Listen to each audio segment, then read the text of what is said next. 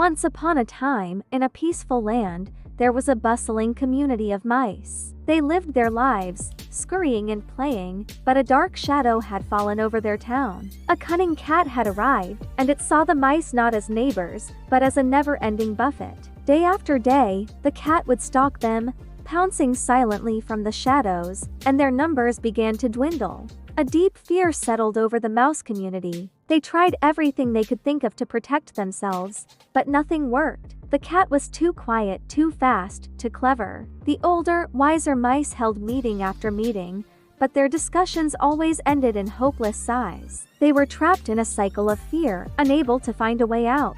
Among them were young, curious mice, full of ideas, but the elders often dismissed them. "You are small," they would say. "What could you possibly know about such big problems?" So the little mice stayed quiet, even though their hearts ached for their friends and family. But as more and more mice disappeared, the situation became desperate. Something had to be done, and it had to be done soon. The Mouse Council of Elders gathered once more in their town hall, their whiskers drooping with worry. "We must find a solution," declared the head elder.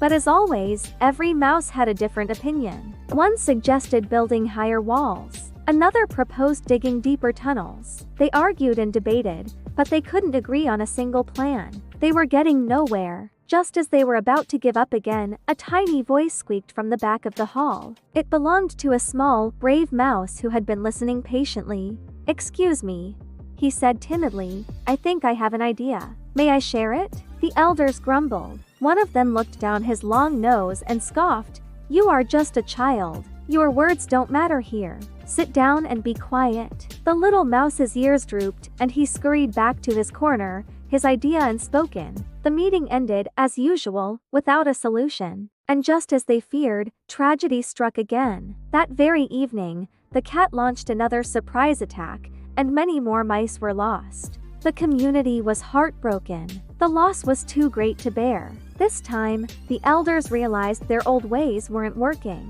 In their desperation, they remembered the little mouse with the unspoken idea. They found him sitting sadly by himself and said, "Come here, little one. We are ready to listen. Tell us your solution." The little mouse's face lit up. He took a deep breath and began to explain. "The problem," he said, "is that the cat is too quiet. It creeps up on us, and we never know it's there until it's too late. That's how it catches us off guard and takes our friends. But what if we could hear it coming? My idea is this. We need to put a bell around the cat's neck. That way, whenever it moves, the bell will jingle. We'll hear it from far away and have plenty of time to hide." A murmur went through the crowd of elders. "A bell? What a brilliant idea!" one of them exclaimed. But then, another question arose, casting a new shadow of doubt. "That's a fine plan," a cautious old mouse said, "but how will we do it? We are terrified of the cat. If it even sees one of us, it will pounce. How can we possibly get close enough to put a bell around its neck without being eaten ourselves?" The hall fell silent again. It seemed like a fatal flaw in the plan. The little mouse paused, thinking hard. He knew this was the most difficult part. He looked at the faces of his fellow mice, seeing the fear in their eyes, but also a glimmer of hope. Finally, the little mouse spoke again, his voice steady and clear. "I know it's dangerous," he admitted, "but we have to be brave. Here's how we'll do it. We'll all attack the cat together, at the same time." Gasps of shock filled the room. "The cat might get some of us," he continued, "and that is a terrible sacrifice. But it can't get all of us. While it's confused and distracted by so many of us, a few brave mice can rush in and tie the bell around its neck. Once the bell is on, we'll be safe forever. We will finally be free." He looked at the elders. "If we don't make a sacrifice," he said softly, "nothing will ever change. We can't find a real solution. Our lives will just continue like this, living in fear every single day."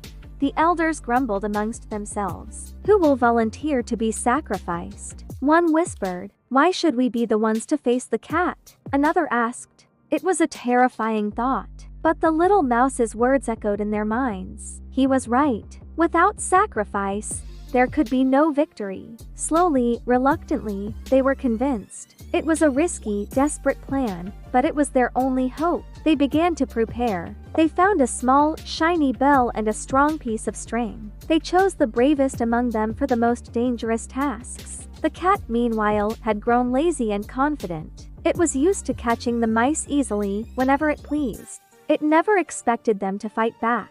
The day came. As the sun began to set, the cat slinked into the mouse town, its stomach rumbling, expecting another easy meal. But this time was different. Just as it prepared to pounce, a signal was given. From every corner, every hole, and every shadow, hundreds of mice swarmed out. They charged at the cat all at once, a furry, squeaking wave of courage. The cat was utterly shocked. It had never seen anything like it. It swatted and hissed, catching a few of the mice at the front, but it was overwhelmed. In the chaos, a small, nimble team of mice darted under its legs, looped the string around its neck, and tied a tight knot.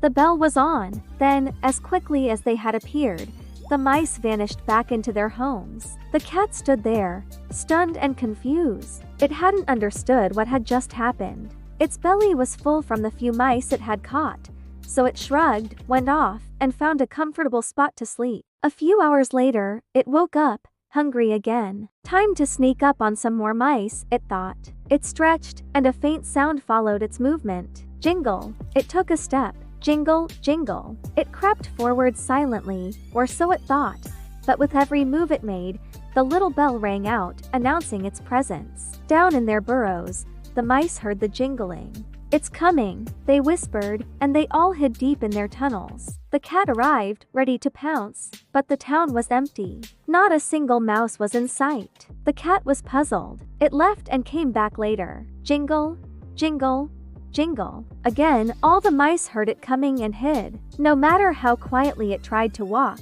the bell gave it away. The cat grew frustrated, then angry. It finally realized the noise was coming from its own neck.